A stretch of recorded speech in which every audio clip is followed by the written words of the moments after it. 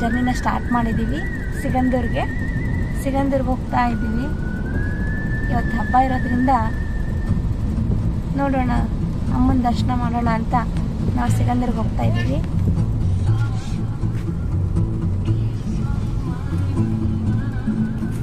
ಇದು ನನ್ನ ಸಣ್ಣ ಮಗ, ಇದು ನನ್ನ ದೊಡ್ಡ ಮಗ.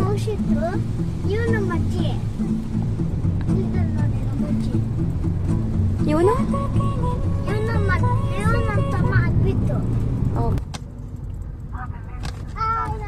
ನಮ್ಮ ಸಾಗರದ 60 ವರ್ಷಗಳ ಜನರ ಕನಸು ನನಸಾದಂಥ ಜಾಗ ಇದು, ಕೇಬಲ್ ಬ್ರಿಡ್ಜ್.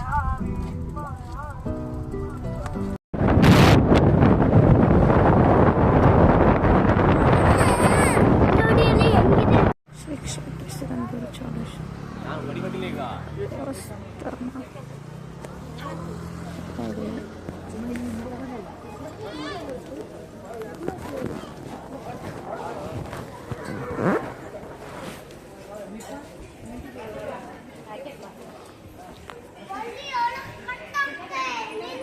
ಮತ್ತೆ